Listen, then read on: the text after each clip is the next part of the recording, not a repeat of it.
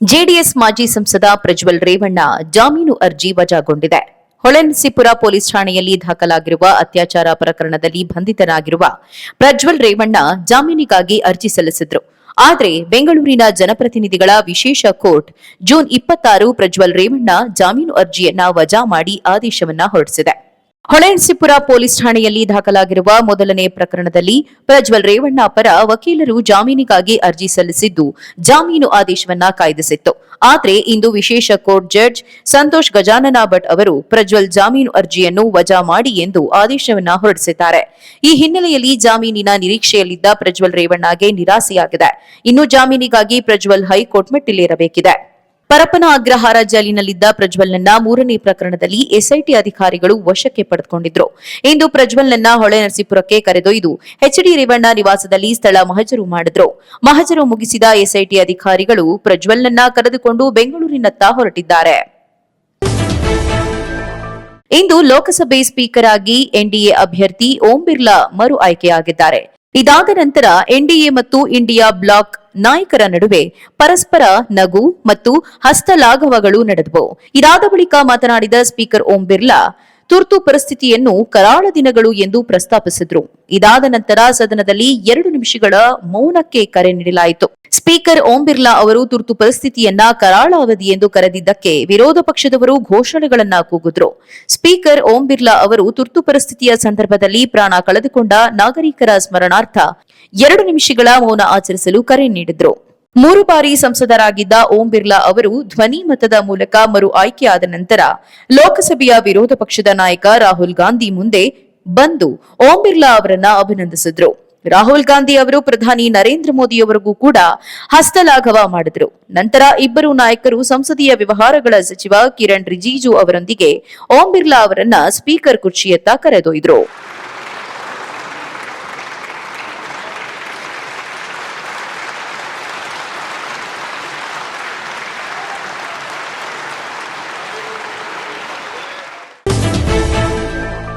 ಕಳೆದ 10 ವರ್ಷದಿಂದ ಕನ್ಯೆಯನ್ನು ಹುಡುಕುತ್ತಿದ್ದೇನೆ. ಮದುವೆಯಾಗಲು ಕನ್ಯೆ ಸಿಗ್ತಾ ಇಲ್ಲ. ನನಗೆ ಕನ್ಯೆ ಹುಡುಕಿ ಕೊಡಿ ಎಂದು ಯುವಕನೋರ್ವ ಜಿಲ್ಲಾಧಿಕಾರಿಗಳ ಮೊರೆ ಹೋಗಿದ್ದಾರೆ. ಕೊಪ್ಪಳ ಜಿಲ್ಲೆಯ ಕನಕಗಿರಿಯಲ್ಲಿ ಬುಧವಾರ ಹಮ್ಮಿಕೊಂಡಿದ್ದ ಜನಸ್ಪಂದನ ಕಾರ್ಯಕ್ರಮದಲ್ಲಿ ಈ ವಿಚಿತ್ರ ಘಟನೆ ಜರುಗಿದೆ. ಸಂಗಪ್ಪ ಎನ್ನುವ ಯುವಕ ಜಿಲ್ಲಾಧಿಕಾರಿ ನಳಿನ್ ಅತುಲ್ ಅವರಿಗೆ ಕನ್ಯೆ ಕೊಡಿಸುವಂತೆ ಮನವಿಯನ್ನ ಮಾಡಿದ್ದಾರೆ. ಮನವಿ ಸ್ವೀಕರಿಸಿದ ಜಿಲ್ಲಾಧಿಕಾರಿಯವರು ಇದು ಯಾವ ಇಲಾಖೆಗೆ ಬರುತ್ತೆ ಎಂದು ಅಧಿಕಾರಿಗಳಿಗೆ ಕೇಳಿದಾಗ ಸಭೆಯಲ್ಲಿದ್ದವರು ಕೆಲಕಾಲ ನಗೆಗಡಲಲ್ಲಿ ತೇಲಿದ್ರು.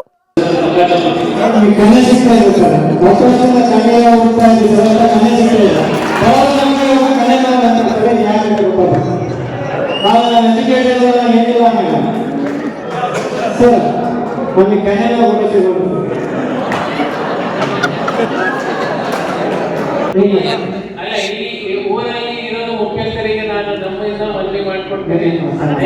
ಅವರಿಗೆ ಒಂದು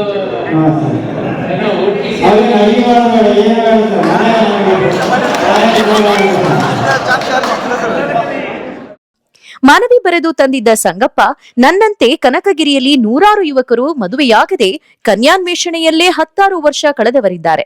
ದಯವಿಟ್ಟು ಕನ್ಯೆ ಕೊಡಿಸಿ, ನಮ್ಮ ಬಾಳು ಬೆಳಗಿ ಎಂದು ಮನವಿಯನ್ನ ಮಾಡಿದ್ದಾರೆ. ಈ ಬಗ್ಗೆ ಪರಿಶೀಲನೆ ಮಾಡ್ತೀನಿ ಎಂದು ಜಿಲ್ಲಾಧಿಕಾರಿ ಮನವಿಯನ್ನ ಸ್ವೀಕರಿಸಿದ್ದಾರೆ. ಎಲ್ಲಿ ಬೆಲೆ ಏರಿಕೆ ಆಗಿದೆ? ಹಾಲಿನ ದರ ಹೆಚ್ಚಾಗಿಲ್ಲ, ಹಳೆಯ ದರವೇ ಇದೆ. ಮಾರುಕಟ್ಟೆ ಒದಗಿಸಲು 500 ml ಬದಲು 550 ml, 1000 ml ಬದಲು 1050 ml ಮಾಡಿದ್ದೇವೆ. ಹೆಚ್ಚುವರಿ ಹಾಲನ್ನ ಕೊಡುತ್ತಿರುವ ಪ್ರಮಾಣಕ್ಕೆ ಮಾತ್ರವೇ ಹೆಚ್ಚು ಪಡೆಯುತ್ತಿದ್ದೇವೆ ಅಷ್ಟೇ ಎಂದು ಸಿಎಂ ಸಿದ್ದರಾಮಯ್ಯ ಹೇಳಿದರು. ವಿಧಾನಸೌಧದಲ್ಲಿ ಸುದ್ದಿಗಾರರೊಂದಿಗೆ ಮಾತನಾಡಿದ ಅವರು, ನಂದಿನಿ ಹಾಲಿನ ದರ ಹೆಚ್ಚಳವಾಗಿಲ್ಲ. ಹೆಚ್ಚುವರಿಯಾಗಿ ಕೊಡುತ್ತಿರುವ ಹಾಲಿಗೆ ಪಡೆಯಬೇಕಾದ ಮೊತ್ತ ಸೇರಿಸಿದ್ದೇವೆ ಅಷ್ಟೇ. ಹೆಚ್ಚುವರಿ ಹಾಲು ಉತ್ಪಾದನೆಯಾಗುತ್ತಿರುವ ಹಿನ್ನೆಲೆಯಲ್ಲಿ ಹಾಲಿಗೆ ಮಾರುಕಟ್ಟೆ ಒದಗಿಸಲು ಇದು ಅನಿವಾರ್ಯ ಎಂದು ಮುಖ್ಯಮಂತ್ರಿ ಸಿದ್ದರಾಮಯ್ಯ ಮತ್ತೊಮ್ಮೆ ಸ್ಪಷ್ಟಪಡಿಸಿದ್ದಾರೆ. ಹಾಲಿನ ರೇಟು ಹೆಚ್ಚಾಗಿಲ್ಲ. I am repeating it. ಹಾಲು ಹೋದ ವರ್ಷ ಇದೇ ಸಂದರ್ಭದಲ್ಲಿ 90 ಲಕ್ಷ ಲೀಟರ್ ಇತ್ತು. 90 ಲಕ್ಷ, ಈಗ 99 ಲಕ್ಷಕ್ಕಿಂತ ಜಾಸ್ತಿ ಆಗ್ಬಿಟ್ಟದೆ. 99 ಲಕ್ಷ. ಈಗ ನಾವು ರೈತರಿಗೆ ಹಾಲು ತಗೋಬೇಕಲ್ಲ,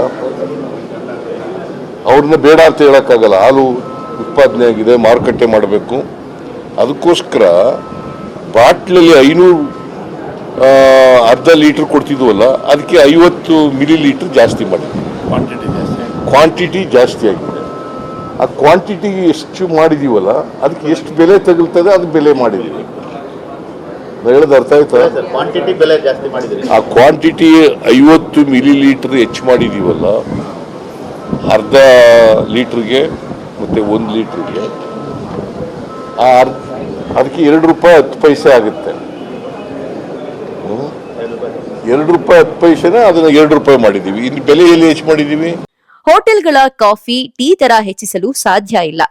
ಹಾಲಿನ ದರ ಹೆಚ್ಚಳವಾದ್ರೆ ಮಾತ್ರ ಕಾಫಿ, ಟೀ ದರ ಹೆಚ್ಚು ಮಾಡಬೇಕು. ಈಗ ಅವರು ಹೇಗೆ ದರ ಹೆಚ್ಚಳ ಮಾಡಲು ಸಾಧ್ಯ ಎಂದು ಮುಖ್ಯಮಂತ್ರಿ ಸಿದ್ದರಾಮಯ್ಯ ಕಾಫಿ, ಟೀ ದರ ಹೆಚ್ಚಳ ಸಾಧ್ಯತೆಯನ್ನ ತಳ್ಳಿ ಹಾಕಿದ್ದಾರೆ. ಬಿಜೆಪಿಯವರು ವಿರೋಧ ಮಾಡಬೇಕು ಎಂದೇ ವಿರೋಧ ಮಾಡ್ತಿದ್ದಾರೆ. ಬಿಜೆಪಿ ಕಾಲದಲ್ಲಿ 90 ಲಕ್ಷ ಲೀಟರ್ ಇದ್ದ ಹಾಲು ನಮ್ಮ ಕಾಲದಲ್ಲಿ 99 ಲಕ್ಷ ಲೀಟರ್ ದಾಟಿದೆ. ಅದಕ್ಕೆ ಮಾರುಕಟ್ಟೆ ಒದಗಿಸುವ ಕೆಲಸ ಮಾಡುತ್ತಿದ್ದೇವೆಯೇ ಹೊರತು ದರ ಹೆಚ್ಚಿಲ್ಲ. ಸುಮ್ಮನೆ ಬಿಜೆಪಿಯವರು ಹಾಲಿನ ದರ ಹೆಚ್ಚಳ ಅಂತ ಹೇಳ್ತಾರೆ ಎಂದು ನೀವು ಅದನ್ನೇ ಕೇಳಬೇಡಿ ಎಂದು ಮಾಧ್ಯಮಗಳ ಮೇಲೆ ಸಿಎಂ ಗರಂ ಆದ್ರು. ರಾಜ್ಯ ಸರ್ಕಾರದಲ್ಲಿ ಹೆಚ್ಚುವರಿ ಡಿಸಿಎಂ ಚರ್ಚೆ ವಿಚಾರಕ್ಕೆ ಬೆಳಗಾವಿಯಲ್ಲಿ ಕೃಷಿ ಸಚಿವ ಚೆಲುವರಾಯಸ್ವಾಮಿ ಪ್ರತಿಕ್ರಿಯೆ ನೀಡಿದ ಅವರು, ನಾನು ಯಾರ ಪರವೂ ಇಲ್ಲ, ಯಾರ ವಿರೋಧವೂ ಇಲ್ಲ. ಸದ್ಯಕ್ಕೆ ಡಿಸಿಎಂ ಸ್ಥಾನ ಖಾಲಿ ಇಲ್ಲ, ಖಾಲಿ ಇದ್ದಾಗ ನೋಡ್ತಾರೆ ಎಂದ್ರು. ಬೆಳಗಾವಿಯಲ್ಲಿ ಮಾತನಾಡಿದ ಅವರು, ನಮ್ಮದು ಜಾತ್ಯತೀತ ನಿಲುವು ಇರುವ ಪಕ್ಷ ಕಾಂಗ್ರೆಸ್. ವೈಯಕ್ತಿಕವಾಗಿ ಕೆಲವರು ಮಾತಾಡಿದ್ದಾರೆ. ಪಕ್ಷ ತೀರ್ಮಾನ ಮಾಡುತ್ತೆ. ಪಕ್ಷದ ಜವಾಬ್ದಾರಿ ಅಧ್ಯಕ್ಷರು, ಮುಖ್ಯಮಂತ್ರಿ ಇದ್ದಾರೆ, ಅವರು ನೋಡ್ಕೊಳ್ತಾರೆ. ಡಿಸಿಎಂ ಚರ್ಚೆ ವಿಚಾರದ ಕುರಿತು ನಾನು ಮಾತನಾಡಲ್ಲ ಅಂತ ಹೇಳಿದ್ರು. ಚನ್ನಪಟ್ಟಣದಲ್ಲಿ ಡಿಕೆ ಶಿವಕುಮಾರ್ ವಾಸ್ತವ್ಯ ವಿಚಾರಕ್ಕೆ ಅವರು ಅಧ್ಯಕ್ಷರು ನೋಡಿಕೊಳ್ಳುತ್ತಿದ್ದಾರೆ. ಚನ್ನಪಟ್ಟಣಕ್ಕೆ ಯಾವಾಗ ಬೇಕಾದ್ರೂ ಚುನಾವಣೆ ಘೋಷಣೆಯಾಗಬಹುದು. ಡಿಕೆಶಿ ಅಥವಾ ಡಿಕೆ ಸುರೇಶ್ ಯಾರು ಅಂತ ತೀರ್ಮಾನ ಆಗಿಲ್ಲ. ಈ ಬಗ್ಗೆ ಸಿಎಂ, ಡಿಸಿಎಂ ಕುಳಿತು ಚರ್ಚೆ ಮಾಡ್ತಾರೆ. ಮಂಡ್ಯದಲ್ಲಿ ನನ್ನ ಸೋಲಿಸಲು ಯತ್ನಿಸಿದ್ರು ಎಂಬ ಕುಮಾರಸ್ವಾಮಿ ಹೇಳಿಕೆ ವಿಚಾರಕ್ಕೆ ಪ್ರತಿಕ್ರಿಯಿಸಿ, ನಮ್ಮನ್ನ ಸೋಲಿಸಲು ನೋಡಿದ್ರು, ಆಗ ಜನ ಗೆಲ್ಸಿದ್ರು. ನಾನು ಜೆಡಿಎಸ್ನಲ್ಲಿ ಇಲ್ಲ, ನಮ್ಮ ಪಕ್ಷದ ಪರವಾಗಿ ಕೆಲಸ ಮಾಡಬೇಕು. ನಮ್ಮ ಅಭ್ಯರ್ಥಿ ಗೆಲ್ಲಿಸಲು ಕೆಲಸ ಮಾಡಿದ್ದೇವೆ. ಕುಮಾರಸ್ವಾಮಿ ಅವರು ಕೆಲಸ ಮಾಡಲಿ, 1 ವರ್ಷ ಏನೂ ಮಾತಾಡಲ್ಲ ಅಂದ್ರು. ಮಾಜಿ ಪ್ರಧಾನಿ ಎಚ್.ಡಿ. ದೇವೇಗೌಡರ ಕುಟುಂಬವನ್ನ ರಾಜಕೀಯವಾಗಿ ಮುಗಿಸುವ ಹುನ್ನಾರ ನಡೆದಿದ್ದು ಮತ್ತು ಅಶ್ಲೀಲ ದೃಶ್ಯವುಳ್ಳ ಪೆನ್ಡ್ರೈವ್ ಹಂಚಿದ ಆರೋಪಿಗಳನ್ನ ಕೂಡಲೇ ಬಂಧಿಸಬೇಕು ಅಂತ ಆಗ್ರಹಿಸಿ ಹಾಸನದಲ್ಲಿ ಜೆಡಿಎಸ್ ಪಕ್ಷದಿಂದ ಪ್ರತಿಭಟನೆ ನಡೆಸಲಾಯಿತು. ಹಾಸನದ ಹೇಮಾವತಿ ಪ್ರತಿಮೆ ಬಳಿಯಿಂದ ಪ್ರತಿಭಟನಾ ಮೆರವಣಿಗೆಯು ಎನ್ಆರ್ ವೃತ್ತದ ಮೂಲಕ ಜಿಲ್ಲಾಧಿಕಾರಿ ಕಚೇರಿಗೆ ಬಂದು ಪ್ರತಿಭಟನೆ ನಡೆಸಿದ್ರು.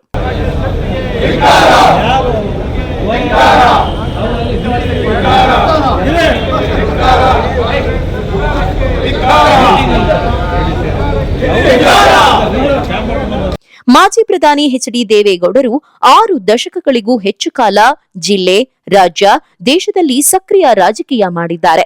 ಜೊತೆಗೆ ಎಲ್ಲಾ ಸಂದರ್ಭದಲ್ಲೂ ಕೂಡ ಈ ನೆಲದ, ದೇಶದ ಕಾನೂನುಗಳಿಗೆ ಗೌರವ ಕೊಡುತ್ತಾ ಬಂದಿದ್ದಾರೆ. ಹಾಗೆಯೇ ಯಾರೇ ತಪ್ಪು ಮಾಡಿದ್ರೂ ಕೂಡ ಕಾನೂನು ಪ್ರಕಾರ ಶಿಕ್ಷೆಯಾಗಲಿ ಎಂದು ಪ್ರತಿಪಾದಿಸಿದ್ದಾರೆ ಎಂದರು. ಆದರೂ ಕಾಂಗ್ರೆಸ್ನವರು ರಾಜಕೀಯವಾಗಿ ಎದುರಾಳಿ ದೇವೇಗೌಡರ ಕುಟುಂಬವನ್ನ ಮುಗಿಸಬೇಕೆಂಬ ಒಂದೇ ಒಂದು ಉದ್ದೇಶದಿಂದ ತೇಜೋವಧೆ ಮಾಡುವ ಕೆಲಸದಲ್ಲಿ ನಿರತರಾಗಿರುವುದನ್ನ ನಾವು ತೀವ್ರವಾಗಿ ಖಂಡಿಸುತ್ತೇವೆ. ಆದರೆ ಅಶ್ಲೀಲ ದೃಶ್ಯಾವಳಿ ಪೆನ್ಡ್ರೈವ್ ಹಂಚಿಕೆ ಮಾಡಿರುವ ಪ್ರಮುಖ ಆರೋಪಿಗಳ ವಿರುದ್ಧ ದೂರು ದಾಖಲಾಗಿದ್ದು ಆರೋಪಿಗಳನ್ನ ಈವರೆಗೂ ಬಂಧಿಸಿಲ್ಲ. ಕೂಡಲೇ ಅವರನ್ನ ಬಂಧಿಸಬೇಕು ಅಂತ ಆಗ್ರಹಿಸಿ ಜಿಲ್ಲಾಧಿಕಾರಿಗಳಿಗೆ ಮನವಿಯನ್ನ ಸಲ್ಲಿಸಿದ್ರು.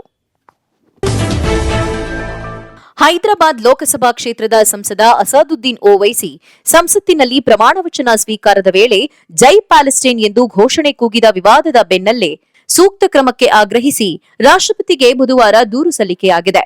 ದೇಶದ ಸಂಸದರಾಗಿ ಇನ್ನೊಂದು ವಿದೇಶಿ ರಾಷ್ಟ್ರಕ್ಕೆ ವಿಧೇಯತೆ ತೋರುವುದು ಸಾಂವಿಧಾನಿಕವಾಗಿ ಉಲ್ಲಂಘನೆಯಾಗಿದೆ. ಆದ್ರಿಂದ ಅವರನ್ನು ತಕ್ಷಣವೇ ಸಂಸತ್ ಸ್ಥಾನದಿಂದ ಅನರ್ಹಗೊಳಿಸಬೇಕು ಎಂದು ಕೋರಿ ಸುಪ್ರೀಂ ಕೋರ್ಟ್ ವಕೀಲ ಅಲೋಕ್ ಶ್ರೀವತ್ಸವ್ ಎಂಬುವರು ರಾಷ್ಟ್ರಪತಿ ದ್ರೌಪದಿ ಮುರ್ಮು ಅವರಿಗೆ ದೂರನ್ನ ನೀಡಿದ್ದಾರೆ. मैं असदुद्दीन ओवैसी जिसे लोकसभा का रुकन मंतखब किया गया है, जय भीम, जय मीम, जय तेलंगाना, जय फलस्तीन, जय फलस्तीन, जय फलस्तीन. ಭಾರತದ ಸಂವಿಧಾನದ ಅನುಸಾರ ಶಪಥ ಮಾಡಿ ಪರದೇಶಕ್ಕೆ ವಿಧೇಯತೆ ತೋರುವುದು ಉಲ್ಲಂಘನೆ. ಅವರ ನಿಷ್ಠೆ ನಮ್ಮ ದೇಶಕ್ಕಲ್ಲದೆ ಪರರಾಷ್ಟ್ರಕ್ಕಿದೆ. ಸಾರ್ವಜನಿಕವಾಗಿ ಸಂಸತ್ತಿನಲ್ಲಿ ಪ್ಯಾಲೆಸ್ಟೈನ್ ಪರ ಘೋಷಣೆ ಕೂಗಿದ ಓವೈಸಿ ವಿರುದ್ಧ ಸಂವಿಧಾನದ 102D ವಿಧಿಯ ಪ್ರಕಾರ ಪರರಾಷ್ಟ್ರಕ್ಕೆ ವಿಧೇಯತೆ ನಿಷ್ಠೆ, ಬೆಂಬಲ ನೀಡಿದ ಆಧಾರದ ಮೇಲೆ ಕ್ರಮ ಜರುಗಿಸಿ ಎಂದು ಒತ್ತಾಯಿಸಿದ್ದಾರೆ. ಮಂಗಳವಾರ ಲೋಕಸಭೆಯಲ್ಲಿ ನಡೆದ ಪ್ರಮಾಣವಚನ ಸ್ವೀಕಾರದ ವೇಳೆ ಹೈದರಾಬಾದ್ ಲೋಕಸಭಾ ಕ್ಷೇತ್ರದಿಂದ 5ನೇ ಬಾರಿಗೆ ಆಯ್ಕೆಯಾಗಿರುವ ಎಐಎಂಐಎಂ ಪಕ್ಷದ ಸಂಸದ ಅಸಾದುದ್ದೀನ್ ಓವೈಸಿ ಶಪಥದ ಬಳಿಕ ಜೈ ಭೀಮ್, ಜೈ ವೀಮ್, ಜೈ ತೆಲಂಗಾಣ, ಜೈ ಪ್ಯಾಲೆಸ್ಟೈನ್ ಎಂದು ಕೂಗಿದ್ರು. ಚುನಾವಣೆ ಘೋಷಣೆಗೂ ಮುನ್ನವೇ ಚನ್ನಪಟ್ಟಣ ಅಖಾಡ ರಂಗೇರ್ತಾ ಇದೆ. ಈಗಾಗಲೇ ಖುದ್ದು ಡಿಸಿಎಂ ಡಿಕೆ ಶಿವಕುಮಾರ್ ಚನ್ನಪಟ್ಟಣ ಅಖಾಡಕ್ಕೆ ಧುಮುಕಿದ್ದಾರೆ. ಇತ್ತ ದೋಸ್ತಿ ಪಕ್ಷಗಳಾದ ಬಿಜೆಪಿ ಜೆಡಿಎಸ್ ನಡುವೆ ಟಿಕೆಟ್ಗಾಗಿ ಫೈಟ್ ಶುರುವಾಗಿದೆ.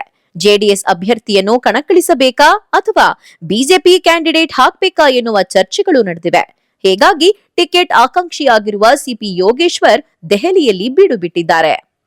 ಕೇಂದ್ರ ಸಚಿವ ಎಚ್ಡಿ ಕುಮಾರಸ್ವಾಮಿಯವರ ರಾಜೀನಾಮೆಯಿಂದ ತೆರವಾಗಿರುವ ಚನ್ನಪಟ್ಟಣ ವಿಧಾನಸಭಾ ಕ್ಷೇತ್ರಕ್ಕೆ ಉಪಚುನಾವಣೆ ಎದುರಾಗಿದೆ. ಆದರೆ ಇನ್ನೂ ಬೈ ಎಲೆಕ್ಷನ್ಗೆ ದಿನಾಂಕ ಘೋಷಣೆ ಮಾಡಿಲ್ಲ. ಆಗಲೇ ಕ್ಷೇತ್ರದಲ್ಲಿ ರಾಜಕೀಯ ರಂಗೇರಿದೆ. ಅದರಲ್ಲೂ ದೋಸ್ತಿಗಳಾದ ಜೆಡಿಎಸ್ ಮತ್ತು ಬಿಜೆಪಿ ನಡುವೆ ಟಿಕೆಟ್ ಫೈಟ್ ಜೋರಾಗಿದೆ. ಹೀಗಾಗಿ ಟಿಕೆಟ್ ಆಕಾಂಕ್ಷಿಯಾಗಿರುವ ಬಿಜೆಪಿ ನಾಯಕ ಸಿಪಿ ಯೋಗೇಶ್ವರ್ ದೆಹಲಿಗೆ ತೆರಳಿದ್ದು ಟಿಕೆಟ್ಗಾಗಿ ಕಸರತ್ತು ನಡೆಸಿದ್ದಾರೆ. ಇನ್ನು ಈ ಬಗ್ಗೆ ಮಾಧ್ಯಮಗಳಿಗೆ ಪ್ರತಿಕ್ರಿಯಿಸಿರುವ ಸಿಪಿ ಯೋಗೇಶ್ವರ್, ಸ್ಪರ್ಧೆ ಬಗ್ಗೆ ಬಹುಪಾಲು ನಿರ್ಣಯ ಕುಮಾರಸ್ವಾಮಿ ಅವರು ಮಾಡ್ತಾರೆ. ಕುಮಾರಸ್ವಾಮಿ ಆಶೀರ್ವಾದ ಇಲ್ಲದೆ ಏನು ಆಗುವುದಿಲ್ಲ ಎಂದು ಸ್ಪಷ್ಟಪಡಿಸಿದ್ದಾರೆ. ಮೈತ್ರಿ ಅಭ್ಯರ್ಥಿಯಾಗಿ ನಿಖಿಲ್ ಕಣಕ್ಕಿಳಿಸುವಂತೆ ಎನ್ಡಿಎ ಮೈತ್ರಿಕೂಟಕ್ಕೆ ಆಗ್ರಹ ಮಾಡಲಾಗ್ತಿದೆ. ಇನ್ನು ಸಿಪಿ ಯೋಗೇಶ್ವರ್ಗೆ ತಾಲೂಕಿನ ನಾಡಿಮಿಡಿತ ಗೊತ್ತಿದೆ.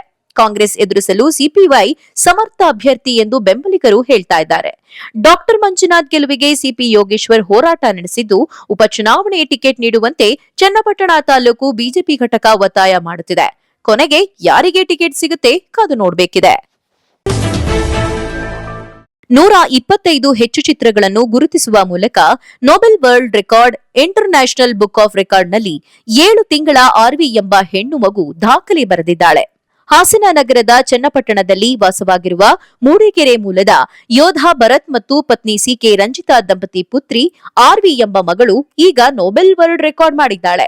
ಇವರಿಗೆ 7 ತಿಂಗಳ ಮಗುವಿದ್ದು, ನಾನು ಭೂಸೇನೆಯಲ್ಲಿ ಕರ್ತವ್ಯ ನಿರ್ವಹಿಸುತ್ತಿದ್ದು, ನಮ್ಮ ಮಗಳು 5.5 ತಿಂಗಳು ಇರುವಾಗಲೇ ಫಾಸ್ಟ್ ಕಾರ್ಡ್ನಲ್ಲಿರುವ ಹಣ್ಣು, ಪ್ರಾಣಿ, ಪಕ್ಷಿ ಸೇರಿ ಈ 125ಕ್ಕೂ ಹೆಚ್ಚು ವಿವಿಧ ವಸ್ತುಗಳನ್ನ ಗುರುತಿಸಿ ದಾಖಲೆ ನಿರ್ಮಿಸಿದ್ಲು.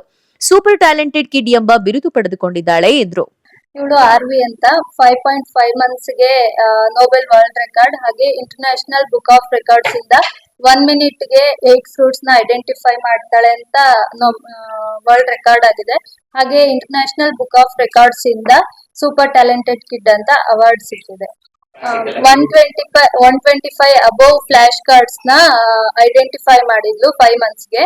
ಅದರಲ್ಲಿ ಬರ್ಡ್ಸ್, ಅನಿಮಲ್ಸ್, ಫ್ರೂಟ್ಸ್ ಹಾಗೆ ಶೇಪ್ಸ್ ಗಳನ್ನ ಐಡೆಂಟಿಫೈ ಮಾಡಿದ್ಲು ಅಂತ ವರ್ಲ್ಡ್ ರೆಕಾರ್ಡ್ ಆಗಿದೆ.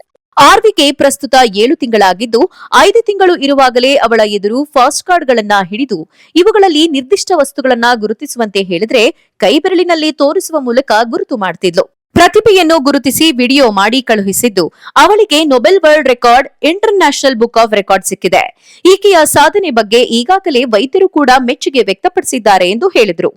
ಆಂಧ್ರಪ್ರದೇಶದ ಮಗುವೊಂದು ಇದೇ ರೀತಿ ಪ್ರದರ್ಶನ ನೀಡಿದ್ದು, ಈ ಬಗ್ಗೆ ಸೋಷಿಯಲ್ ಮೀಡಿಯಾದಲ್ಲಿ ನೋಡಿದ ಮಗು ಗುರುತು ಹಿಡಿಯಲು ಪ್ರಾರಂಭಿಸಿ ಈಗ ಸಾಧನೆ ಮಾಡಿದೆ ಎಂದರು.